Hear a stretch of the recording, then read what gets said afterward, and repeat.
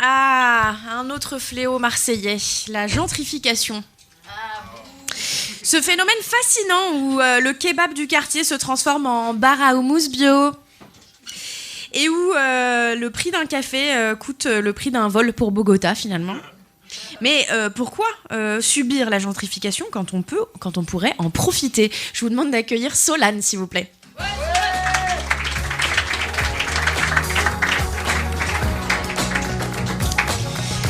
Bonjour et bienvenue à tous et toutes. J'espère que vous êtes bien installés à bord du bus. Et nous allons démarrer l'activité élue meilleure activité dans la catégorie voyeuriste par Jackie et Michelin, le gentrificateur. Et oui, depuis plusieurs années, les touristes affluent à Marseille et petit à petit, la gentrification bat son plein. Et comme les investisseurs parisiens, nous avons décidé de prendre à cœur ce problème en capitalisant dessus et en faisant notre gagne-pain. Donc, d'où cet accoutrement avec une écharpe du club local et un soulier local, la paire de TN. Nous rappelons qu'il y a différentes formules. La formule Marseille bébé, où on se contente de rester dans les rues du panier que l'on surnomme communément le Club Med de Marseille. La formule Je crains des gains, qui inclut Noailles et le centre-ville. Et la formule Ochefada, qui monte vers les redoutés, les redoutables, 3e arrondissement et quartier nord. Waouh, mais que de happening dans ces chroniques, dis donc. Effet spécial. Nous allons commencer par le panier. Comme vous pouvez le voir, il y a du street art, un art dit contestataire pour les locaux qui expriment aussi leur gratitude envers leur ville à qui ils louent un culte. Par exemple, nous pouvons voir ici « À jamais les premiers ». Donc c'est un message qui traduit la croyance que Marseille va avoir une 2e étoile sur le maillot. Moïse a séparé la mer en 2 seulement une fois, pas 2, hein. Les miracles, ce n'est pas tous les jours. Avant, il y avait quelque chose dans le quartier qu'on appelait des habitants. Mais depuis la loi Karcher, comme on l'appelle, c'est devenu un quartier totalement régi par Airbnb.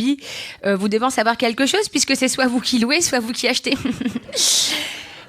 Airbnb, d'ailleurs, dont on rappelle la complicité, un état génocidaire en s'installant dans des colonies illégales au Moyen-Orient. Mais bon, qu'est-ce que les droits humains face à un loyer chaque mois ?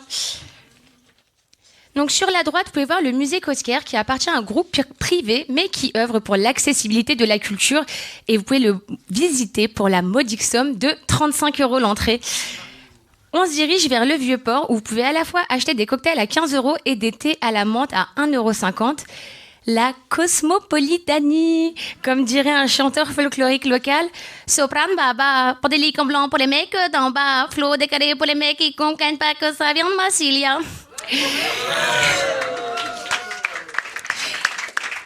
Cette prestation sera facturée en supplément.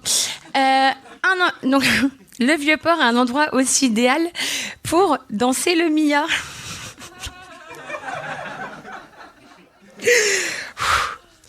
Mais plus au monde, plus ça sent les épices. On arrive dans le quartier exotique de la ville. Alors, je pourrais le présenter comme un quartier historique de primo-arrivants qui a un fort lien avec le port, qui a été le premier port colonial de France, et vous dire qu'il y a seulement 4% de logements sociaux quand 80% de la population du quartier y est éligible. Mais c'est tellement plus sympa que d'en parler comme une zone de non-droit. Je parle évidemment de Noailles. Si vous fermez les yeux, on se croirait au souk, hein. Vraiment, je vous assure. Ou on finit sur un portefeuille si on les ferme un peu trop longtemps. Mais ça nous donne le ticket pour une des attractions touristiques les plus en vogue dans le quartier, le commissariat. Par contre, il y a toujours beaucoup de queues, donc n'hésitez pas à acheter un coupe-fil, c'était ça que je voulais dire. Donc nous arrivons à la plaine, endroit phare de la gentrification. Beaucoup de personnes dans le besoin. Aux gentrificatours, on pense qu'aujourd'hui, on n'a plus le droit ni d'avoir faim, ni d'avoir froid.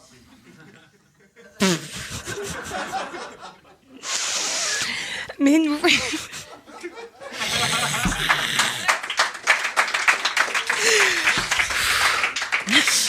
Mais nous vous conseillons de ne pas donner d'argent à ces sales clochards. Enfin, si... Quand même, seulement si vous le faites, s'il vous plaît, filmez-vous en train de donner et identifiez-nous pour qu'on puisse repartager en story et montrer que pour nous, la charité, c'est important. Et en plus, ici, ils n'ont rien, mais ils donnent tout. Et c'est assez rigolo parce qu'on parle des bobos de la plaine, alors qu'on utilise beaucoup des artistes, des personnes qui travaillent dans le milieu associatif et payent un SMIC après 6 ans d'études pour gentrifier le quartier. Et on les appelle bourgeois bohèmes alors qu'ils sont pauvres. La honte. Et aujourd'hui, grande joie, vous assistez à une tradition folklorique locale, le carnaval de la plaine, où les gens se déguisent dans le but d'oublier que le capitalisme leur chie à la gueule. Comme c'est rigolo.